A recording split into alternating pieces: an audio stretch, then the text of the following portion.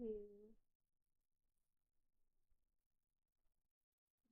We'll be studying the Bible again, and before that, let us pray the prayer before study. In the name of the Father, and of the Son, and of the Holy Spirit. Amen. Saint Thomas' prayer before study. Prayer before study.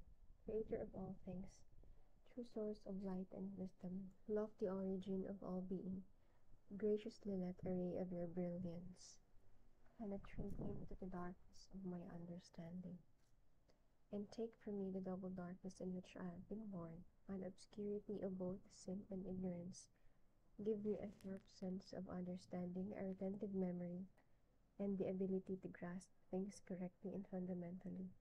Grant me the talent of being exact in my explanations, the ability to express myself with thoroughness and charm. Point out the beginning, direct the progress, and help in completion. Through Christ our Lord. Amen. Saint Thomas Aquinas, Ora pro nobis. Amen.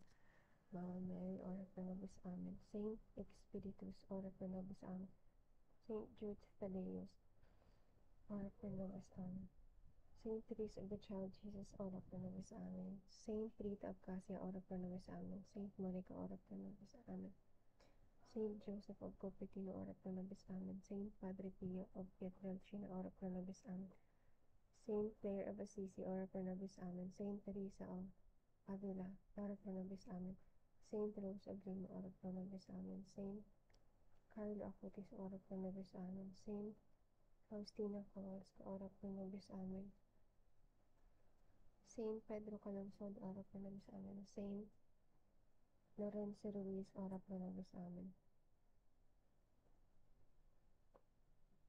Saint John Paul II, Ora pro nobis. Amen.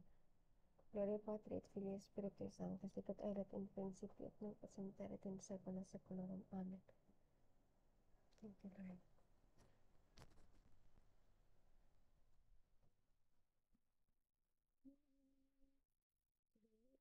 Is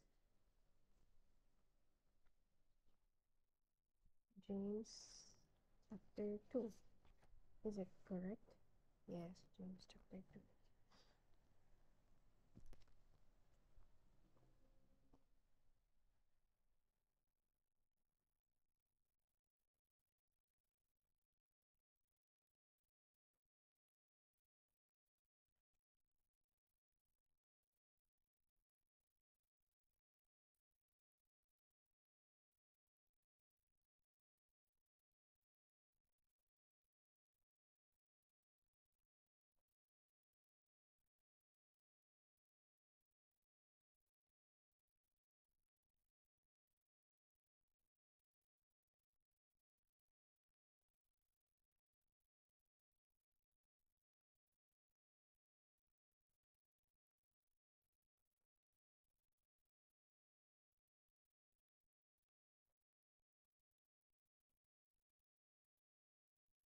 We will be discussing on what you learned, what did I learn, and how can I apply it.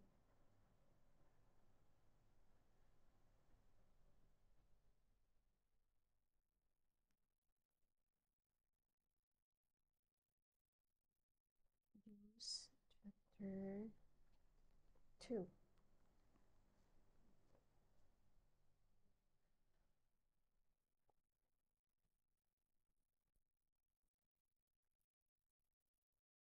James chapter 2.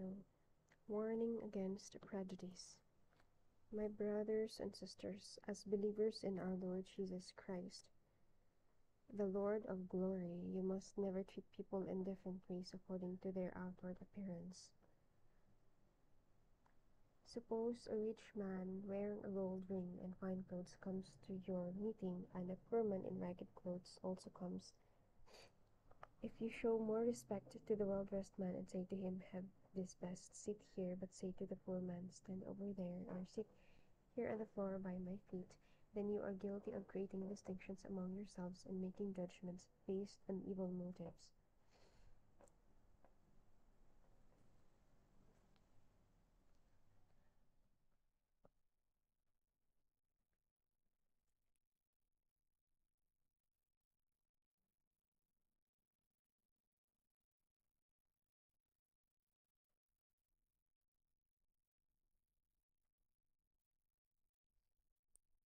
Listen, my dear brothers and sisters. God chose the poor people of this world to be rich in faith and to possess the kingdom which He promised to those who love Him.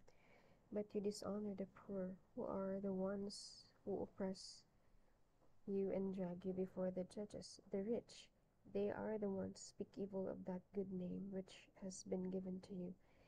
You will be doing the right thing if you obey the law of the kingdom which is found in the scripture. Love your neighbor as you love yourself.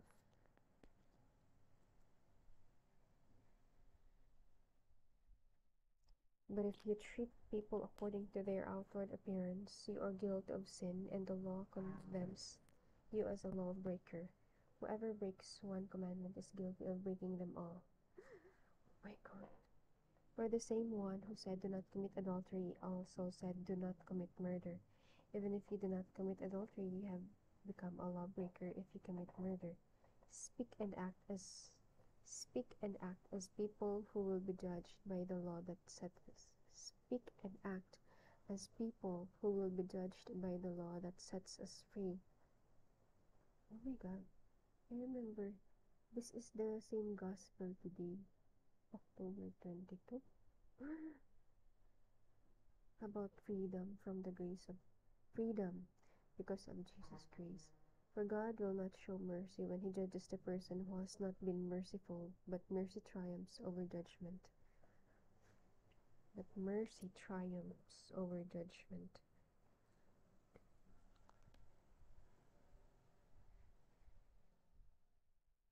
Mercy, grace. Faith and actions. My brothers and sisters, what good is it for people to say that they have faith if their actions do not prove it? Can that faith save them? Suppose there are brothers or sisters who need clothes and don't have enough to eat. What good is there in your saying to them, "God bless you, keep warm and eat well," if you don't give them the necessities of life? So it is with faith. If it alone includes no actions, then it is dead.